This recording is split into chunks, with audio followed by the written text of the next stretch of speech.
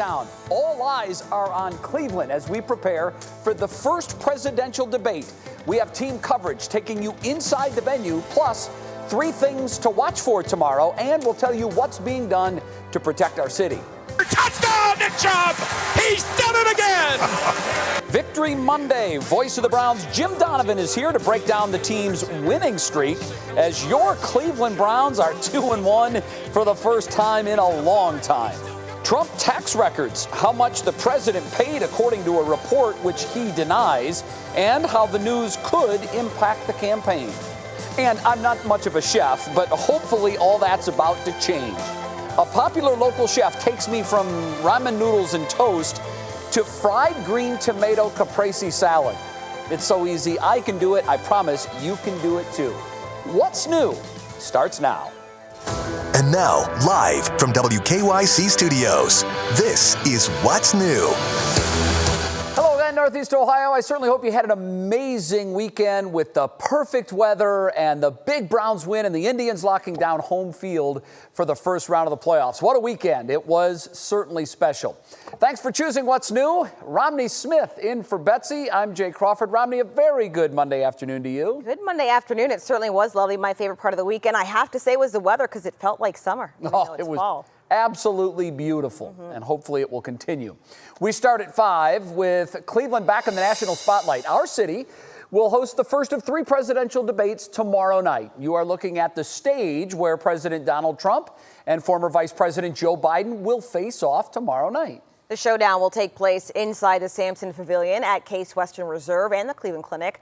We have team coverage for you tonight.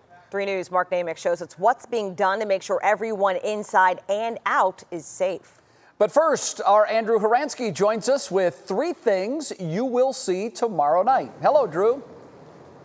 Hi, Jay. Hi, Romney. Great to be with you guys today. And Romney, you were mentioning the weather over the weekend. I can tell you we're feeling a cool down here right now. The raindrops are coming down, so thank goodness for tents. Now, of course, as we know, COVID has changed a lot. That is having an impact, of course, on the debate here, too. Everybody who's going to be going inside needs to be subjected to a COVID-19 test. And if you test negative, you get one of these gray wristbands that I can show you right here that a lot of people are going to be wearing tomorrow night. While all around there have been hand sanitizing stations, of course, signs reminding people to keep those masks on. Now, 3 things to know, because of course COVID will be having an impact on what we see tomorrow night as well. When the candidates come on stage, they will not be shaking hands with each other or the moderator, Chris Wallace. That, of course, breaks a long-standing tradition. Also, they will not be wearing masks on stage either. Of course, that'll make them a bit easier to hear. And there will be no opening remarks either. They will cut right to the chase with the first question going to President Trump. There will be a wide range of topics over the span of 90 minutes. And unlike years past, the audience will be small. The Washington Post now reporting only 80 to 90 people who, again, will need to get that COVID test in order to get inside. I can tell you right now the security is tight, tall metal fences with concrete barriers surrounding the perimeter. We have seen some of those 300 members of the Ohio National Guard here, as well as mounted units, all for an event, guys, that could set records in viewership. And we understand that both candidates will be arriving in Cleveland tomorrow, so a lot of excitement here, Jay. And one thing that I'm going to show you in the next half hour, which is always very exciting when you cover events like this, the swag bag. We'll take a look inside when we come back in about 30 minutes. I'm very anxious to see what's inside this year's swag bag. Drew, thanks. We'll see you in a little bit. Romney? Cleveland and federal law enforcement officials say they're ready to keep the city safe during the debate and that they'll let people demonstrate peacefully, but they aren't sharing any details about how they plan to avoid violent protests or even a riot. Our team coverage continues with 3 News' Mark Namick. Standing like guards, city, state, and federal officials saying little during an afternoon press conference about their plans to keep the city safe amid national unrest. But they pledged to let people protest peacefully while ensuring the debate is uninterrupted, saying they are mindful of what went wrong on May 30th and in other cities around the country since. But there are a lot of things that were learned, not just from May 30th, but from the subsequent protest activity and other activity around the country that we have incorporated into our planning for this event itself. If you see something, say something. If something looks out of place, give us a call. We have plenty of assets out there to take a look at. Any and everything, no matter how small and insignificant you may think it is, give us a call anyway. Let us check it out. City officials said they have no plans to impose a curfew today or tomorrow unless things unravel early. and they'll be enforcing a ban on certain items used to clash with police during demonstrations. Reporting from Cleveland, Mark Namick, 3 News. 3 News is the place to watch the first presidential debate. It starts right here at 9 o'clock tomorrow night. You can also watch it on Channel 3, our website, WKYC.com, our Facebook page, or even stream it live on our YouTube channel. Now on your feet at 5. Gives the ball. Chubb's coming out to the left. He's getting led by Wyatt Teller. He's to the 15, 10, 5, corner, touchdown, Nick Chubb. He's done it again. But the Browns make it 2 wins in a row, and they're 2-1. And it's been a long time since we've been able to say that. Yes, it has. In fact, 2002 was the last time the Browns started a season with a 2-1 record. Hard to believe, 18 years ago. Let's bring in the voice of the Browns, Jim Donovan. Jim is actually at Progressive Field because he is hosting an Indians postseason special from there tonight at 7 o'clock right here on 3 News. How about that, Jimmy? Cleveland, a sports town again. It feels great. Hey, the Washington football team was in a giving mood yesterday, Jimmy, as you know, and the Browns were all too eager to take advantage of it. Yeah, they really were, Jay. You know, at times it's feast or famine in the game of football when it comes to defenses getting turnovers. And in the first 2 games, the Browns defense really wasn't able to get any turnovers at all. Couldn't get their hands on an interception. That all changed yesterday, thank heavens. The Browns defense was right there, Johnny on the spot, and they came up with 5 turnovers in the game. And then the offense, every time the defense got the ball for them, they put it right back in the end zone and scored touchdowns. And that was the formula to the Browns' win over the Washington football team yesterday. That and this guy, Nick Chubb, who continues to run by people, through people, and into the end zone. Right now, he's got to be at the top of the list for running backs in the NFL. Even the rookie tight end Harrison Bryant got into the act, catching his touchdown pass, the first of his NFL career. We think the first of many. But how about this? The Browns defense smothered Dwayne Haskins and the Washington football team's receiver core to the tune of 3 interceptions, 2 fumble recoveries, a strip sack by Myles Garrett that did it all, and then the Browns offense finally got it going, and they ended up winning. They're 2-1, and they hope it's just the start of things. And first and foremost, is a football town. They deserve to have a great franchise and a great team. But we're worried about right now. Like I said before the season started, it's about building that culture, bringing the right guys in, and pushing this thing in the right direction, which is what we've been doing and what we're trying to do. But we have to build on this momentum and keep going 1 game at a time. Okay, the next game comes up, and it's a tough one in Dallas coming up on Sunday.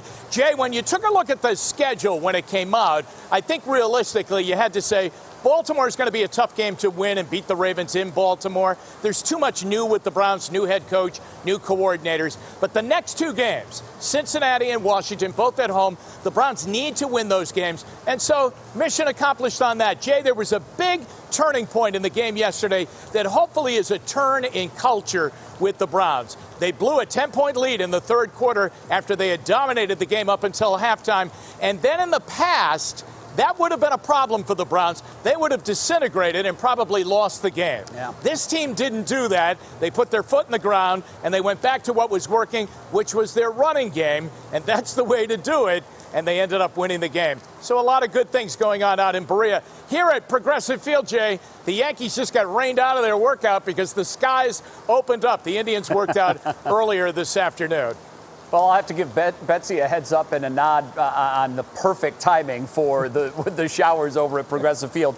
Before I let you go, Jimmy, quickly, 3 games in, the Browns are what?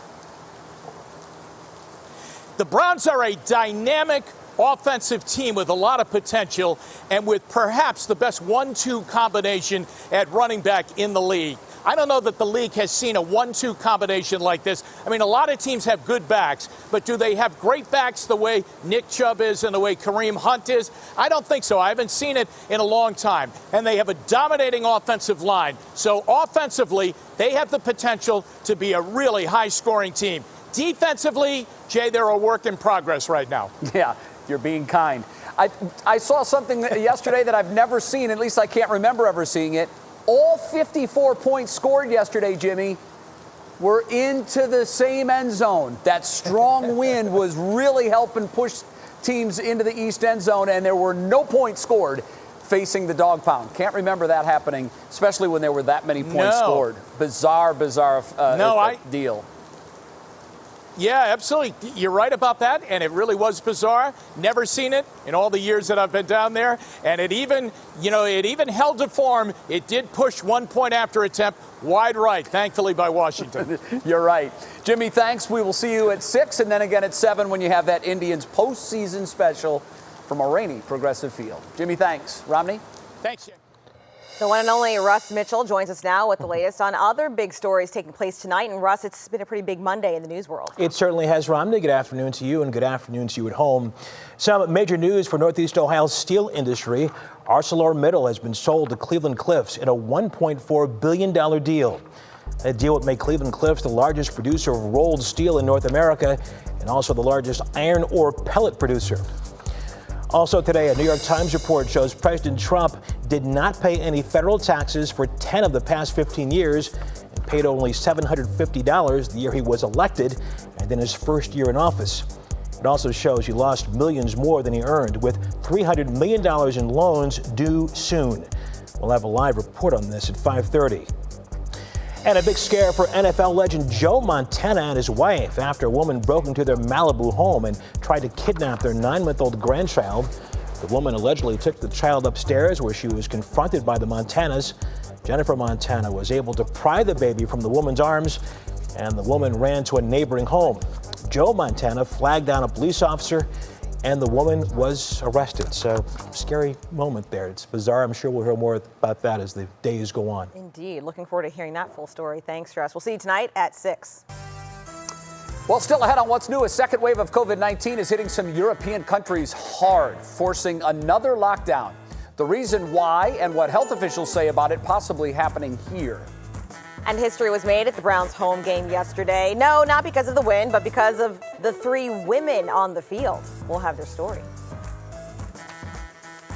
And Matt is standing by. He's got a look at our, what looks like, rainy forecast. Hi, Matt.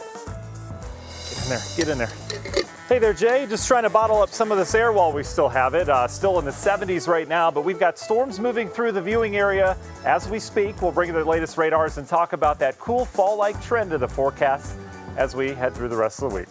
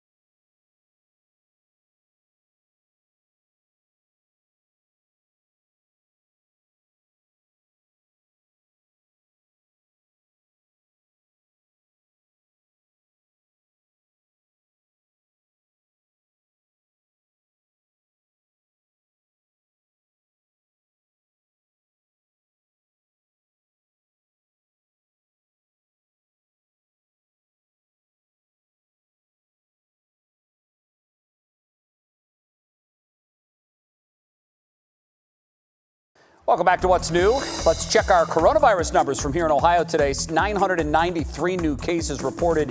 That's slightly above the 21-day average. Other data points, our positivity rate remains at 3%, which is outstanding because some Midwest states like South Dakota, Wisconsin, and Iowa have seen numbers in the high teens. South Dakota over 20%. Hospitalizations trending up in Ohio. 37 more patients in hospitals today than yesterday. 5 deaths in Ohio. That's up 4 from yesterday when we had just 1. Health experts say we need to pay close attention to the new wave of COVID-19 that's happening right now in Europe. Many European countries went through a strict lockdown phase and mask requirements when the virus first hit back in the spring. The U.S. typically has lagged a few weeks behind what's going on in Europe. And now that cases are surging across the Atlantic again, many fear our second wave may hit as early as October. So what caused the resurgence of the virus? Something we're seeing here, too. So Europe is probably seeing the second wave because they were relaxing a lot of their precautions and having people get more into crowded spaces and crowded groups and not necessarily doing the appropriate preventative things that they need to do. Lockdowns are resuming in places like UK and Spain, and residents there are not happy about it. Many started protesting the decision. Health experts say well-established public health policies, which aren't easy or popular, are the best way for protecting. New temporary no parking signs are now posted all over downtown Cleveland, and they are a cause of concern for some downtown residents and businesses. The bright orange signs say no stopping or parking today, Monday, September 28th at 6 a.m. through Wednesday, September 30th at 6 a.m. Police were giving out $25 tickets for the violations this morning. Local residents say they didn't even have a 12-hour warning for the restrictions so they could move their vehicles. As a resident downtown, to know ahead of time so I can prepare for that is essential, and that didn't happen. So it's definitely frustrating. It's more money out of our pocket. And if it's supposed to be a collaboration, talk to us, say, hey, this is what's happening. And clearly that didn't happen. We asked the mayor about it during his Facebook Live today. He simply said to dispute the charge. Police are now towing cars downtown in violation because it relates to presidential security. Jay, I actually spoke with 2 downtown restaurant owners this afternoon who said the lack of parking is already hurting their business, which stinks because this week is downtown restaurant week. So both downtown residents and businesses really thrown off by the very short notice of no parking. Yeah, and I'm with Quentin 100%. I mean, we've known that this was coming for months. And to not have more notice than they were given is a little unseemly. And I'm sure the mayor said it, contest the ticket. Sure. And I'm sure that there will be some relief given. But yeah, the city's known. They've known. Should have had proper planning and proper notice. Totally agree. Full disclosure, I'm also one of those people that got a ticket. Did you get one? I did. Yeah, you challenge it, you'll win. Oh, I plan to. Yeah, you'll win. All right, well, it's a nice day outside. That's the silver lining to today. And unfortunately, it might be the last time we see the upper 70s until next year. Oh. No. That's sad. Yeah, Romney, it turns kind of rough after this. For those fall weather lovers, they'll be in great shape this week. But yeah, for those warm weather lovers, I think this is the unofficial end of summer. Okay. I'm still going to keep my fingers crossed and hold out for one more day. I'm with you, Jay. October. Yeah. Hey, Matt, your weather word today, and this is, of course, in honor of what's going to happen tomorrow here with the presidential debate. Let's go with showdown. Ooh. I think you can fit that in somewhere, somehow. Oh, absolutely. The atmosphere is doing it right above us right now, Jay, so we'll certainly fit that in. Guys, it was a beautiful day earlier today, but boy, that has changed over the last couple hours. As expected, we were tracking over the last few days this well-organized line of rain that would be moving west to east, and boy, is it moving in now across much of the greater Cleveland area. So let's take it right to the radar. Haven't seen much lightning with us so far. I was checking some of the atmospheric energy with that in my spare time, and I'll tell you what, there's not a lot to work with, so we may not get a lot of thunder out of this. Just some good old soaking downpours. As we zoom on in now, we've got real heavy rain right over downtown. That stretches down towards Parma, now getting into the Heights on the east side. Another little heavier downpour down towards Strongsville.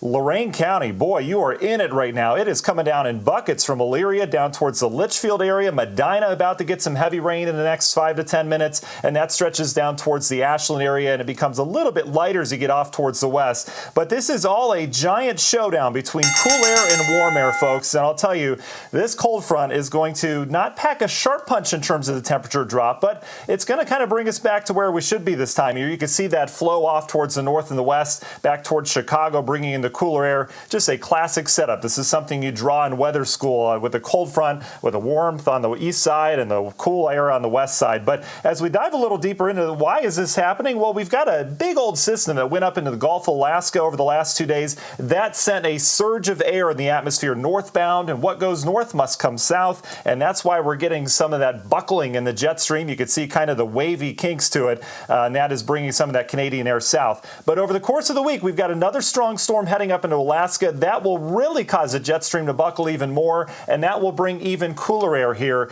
again, in a second wave later on this week. So not too bad the next 2 days, but then we talk pretty cool as we get into the Thursday, Friday, Saturday time range. Look at the temperatures right now. Where's the cold front? Well, there it is, back towards Erie and Huron County, where we've dropped to 60 in Sandusky. That will move from west to east across the area tonight. It also comes with a wind shift. We go from the south wind to a much cooler, drier west wind. And again, this moves from west to east across the area tonight. We get the rain first, you get the temp drop, and then we're back into the 50s, even a couple upper 40s tomorrow morning out the door. Your National Design Mart hour-by-hour forecast, not anticipating severe weather with this. We may see some gusty winds, but you can see how everyone gets in on the heavy rain tonight. That should move out as we go throughout the day tomorrow, and then we deal with just kind of a cloudy and showery day, perhaps, as we head towards the afternoon. We'll detail more on that in our next update. Universal Windows Direct 7-day forecast. We've got showers in the forecast the next 3 days, but then we get that second hit of cool Friday, Saturday with temps in the 50s and lake effect showers around. Gradual warm up to the 60s, but Romney and Jay, gone are those upper 70s, at least for now. I still got my fingers crossed. Matt, thanks. Hopefully we can get these playoff games in at Progressive Field between the Indians and the Yankees. Fingers crossed. Next up on What's New, 3 women made history at the Browns game last night. Their roles on the field. Then these items aren't what they appear. What are they? Well, come back and find out. It's worth the watch, and it's an incredible story.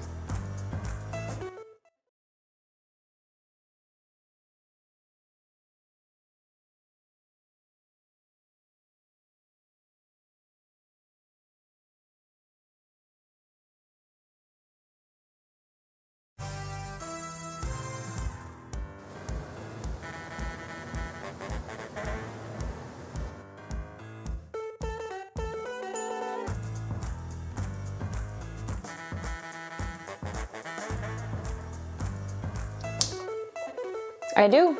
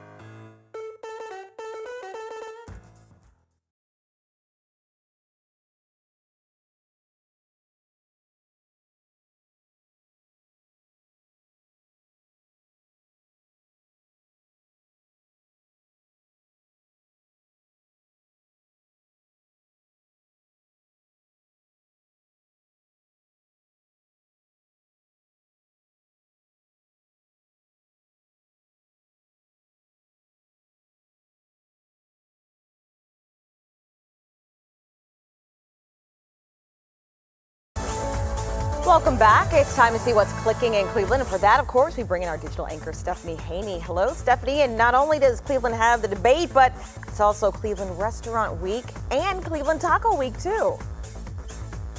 Yes, happy Monday to you, Romney. That's right. Today we are talking food and women making NFL history. But first, the food.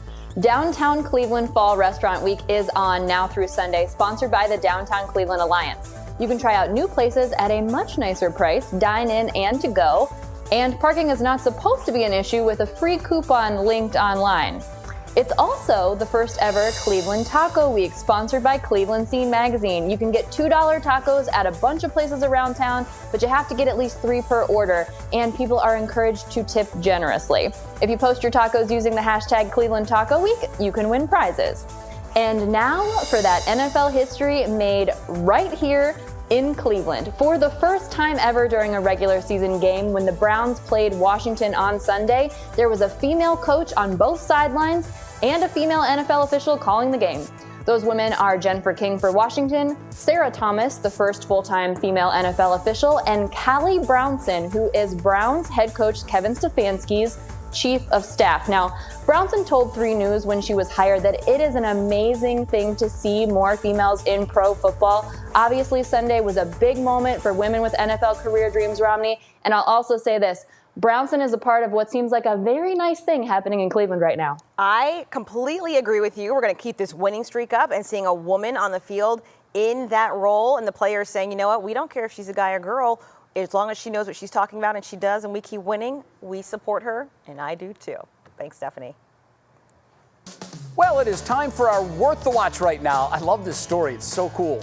A pair of bakers in Hong Kong made illusion cakes in the shape of everyday items, and the internet is absolutely loving it.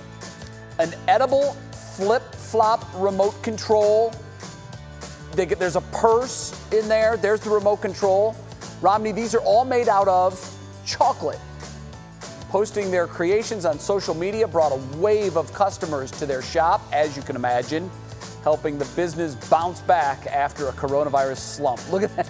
Look at that chocolate purse. So creative. It really is. Look at the guitar, the little bus there. I mean, they are professionals, but still. Man, my little cupcakes are put to shame with that. Wow, the detail is pretty impressive. The best one, you have to look on Instagram. There's someone, I think she's in Tulsa, who does it, and she actually made one of herself. Very really? scary. And then she cut the ear off saying, I'm pulling a Van Gogh, and then it's like, oh my gosh, it's cake. Yeah, So, that might be a little much for me. they're all over Instagram, and they are beautiful. I just want to know how they taste. Yeah, pretty talented, really. It's amazing what people can do. Still ahead on What's New, there will be a new point of discussion for tomorrow's debate. That will be President Donald Trump's taxes. The New York Times has written a report. It's not good for the president. He is denying that report. We've got more on that coming up. Then it's time for Pop Break. Dax Shepard opens up about relapsing and why celebrity chef and Instagram star Chrissy Teigen is actually in the hospital right now. We'll tell you all about it. Plus, I'm learning something new, how to cook. It's going to be an adventure. Plus, we have a new recipe that's so easy. If I can do it, you can do it. We'll share it with you coming up.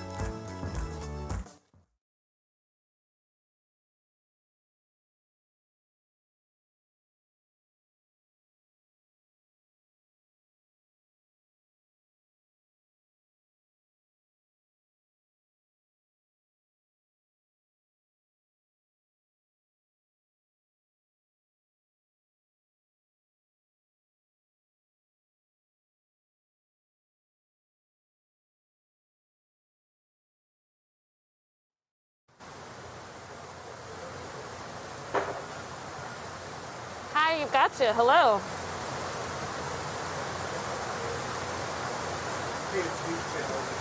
Before ever stepping foot inside the debate hall here, President Trump is already playing defense, accused of Democrats accusing him of. Are you sliding up your lapel a little bit? Yep.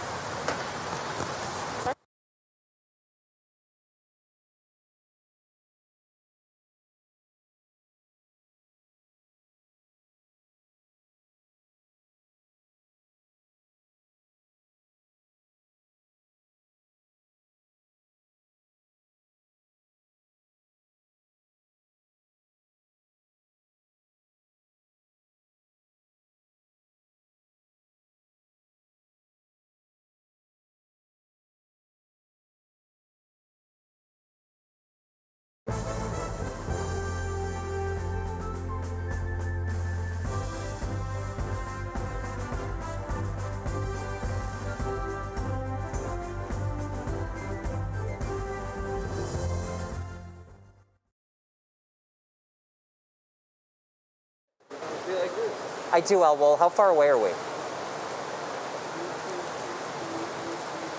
Okay. 1, 2, 3, 4, 5, 6, 7, 8, 9, 10. 5 minutes? It's pouring here now.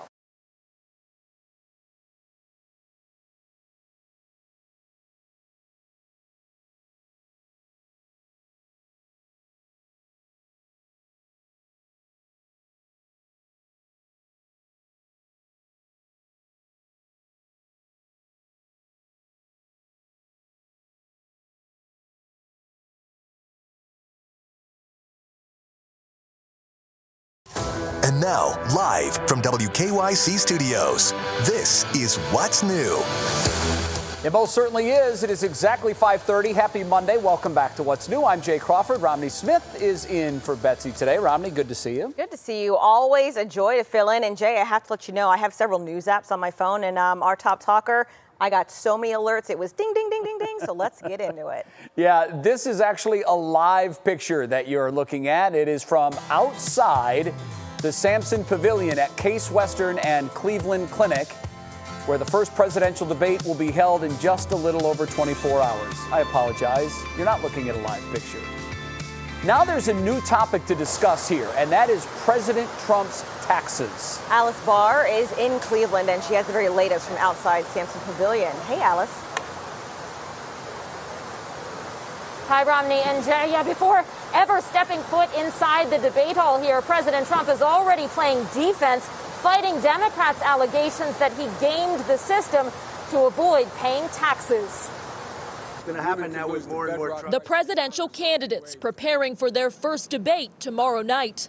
I am looking very forward to the debate. President Trump will face pressing new questions about his taxes after the New York Times reported he paid just $750 in federal income taxes in 2016 and 17, and no federal income tax in 10 of the previous 15 years. It's fake news. It's totally fake news. Made up, fake. President Trump still bucking decades of tradition by refusing to release his tax returns while he's under audit.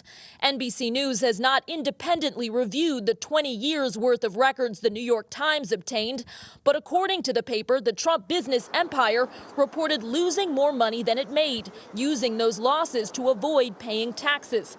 Joe Biden's campaign releasing a new video comparing taxes paid by teachers, firefighters, and nurses to the president's. Some voters voicing frustration. It's unfair to all the working people, for the people that do pay their taxes. Others unswayed.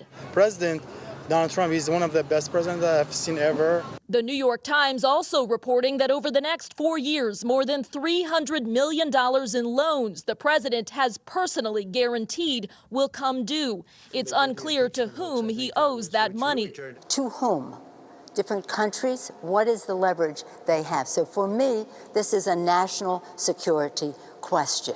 A Trump Organization attorney telling NBC News the Times investigation is riddled with gross inaccuracies, noting the president has paid tens of millions of dollars in personal taxes to the federal government. And President Trump has paid federal taxes for things like Medicare, Social Security, and the alternative minimum tax. He has claimed in the past that his ability to avoid income taxes makes him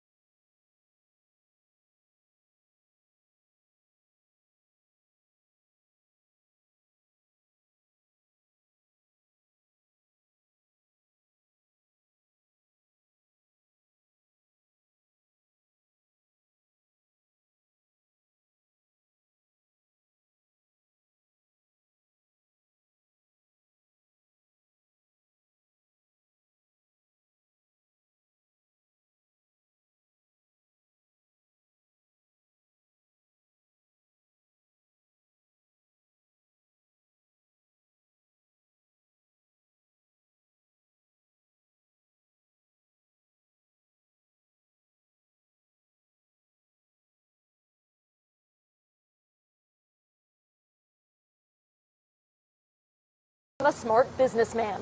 Jay? Well, Alice, he has consistently said that because he is under audit, he will not be releasing those tax returns. What do we know?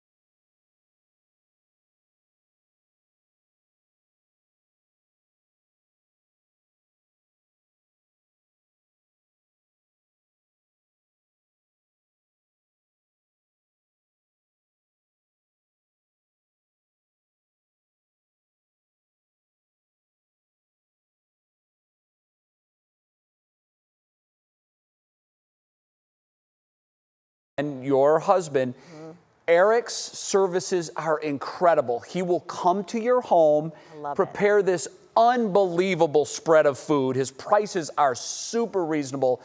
It's Sky Laray's. You can get it on the website. He's got his menu and all of his price list on there. Jay, I support men cooking for me. I support that so that I don't have to. Especially when it's that good. Chef Eric, thank you. We love you. You are tremendous. We put the entire cooking segment on our YouTube channel. It's also on our app and our website. So if you do want to try to cook along and make this at home, it'll be much easier. Maybe I'll challenge you. We'll see what I do this weekend. Okay. Take pictures. I want to see how it turns out.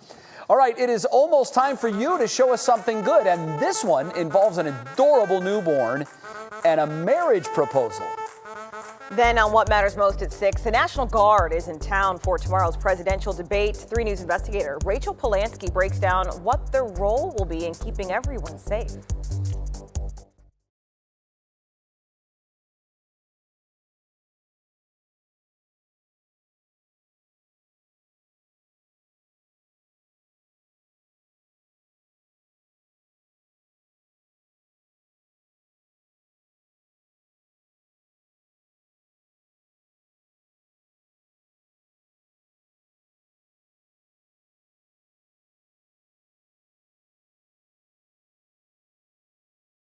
Well, how are you?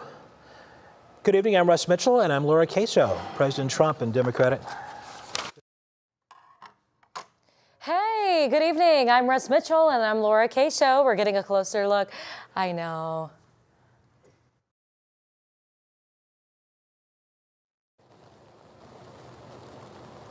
Yes. Hey, yes. Hello, hello. Owl.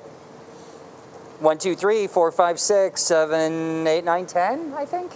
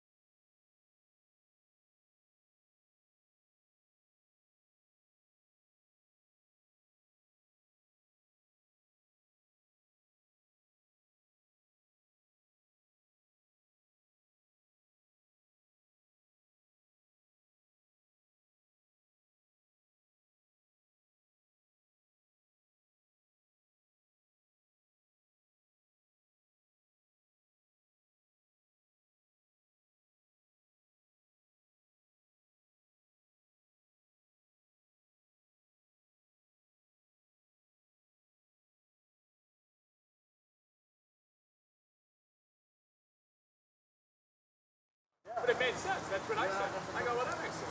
They don't want to get fined.